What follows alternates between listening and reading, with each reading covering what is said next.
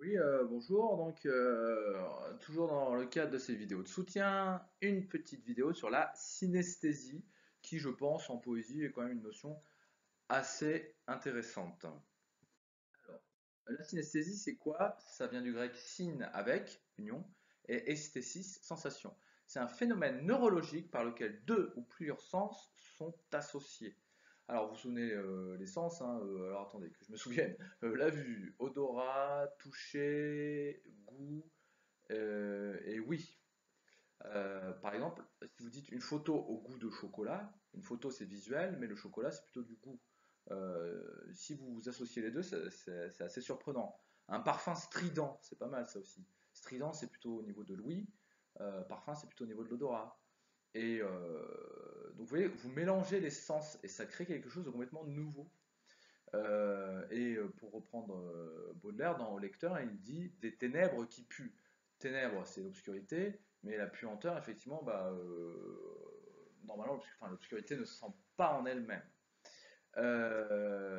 Et c'est le fameux poème Correspondance. Il est des parfums frais comme des chairs d'enfant, doux comme des hautbois, verts comme des prairies. Enfin, vous voyez, donc il mélange plusieurs sens. Parfum, c'est plutôt l'odorat, frais comme des chairs d'enfant, c'est plutôt le toucher, doux, c'est plutôt le toucher aussi, les hautbois, c'est plutôt l'ouïe, etc., etc. Donc finalement, Baudelaire, il fonctionne beaucoup, beaucoup à la synesthésie. À mon avis, je pense que c'est un des aspects les plus importants de la création littéraire, poétique, le fait de pouvoir relier plusieurs choses, en fait, de susciter des nouvelles images en mettant en contact différents sens. Et c'est le premier à l'avoir vraiment théorisé, c'est vraiment Baudelaire dans son poème Correspondance. Ça va?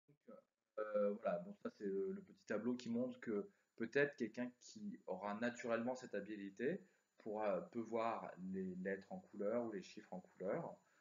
Certaines personnes entendent des morceaux de musique et peignent euh, les couleurs que ça leur évoque, etc., etc.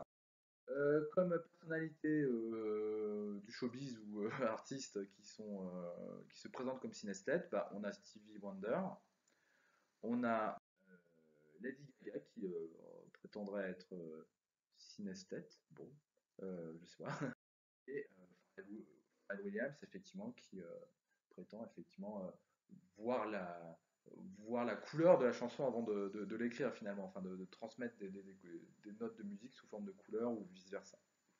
Voilà, c'est ça la synesthésie.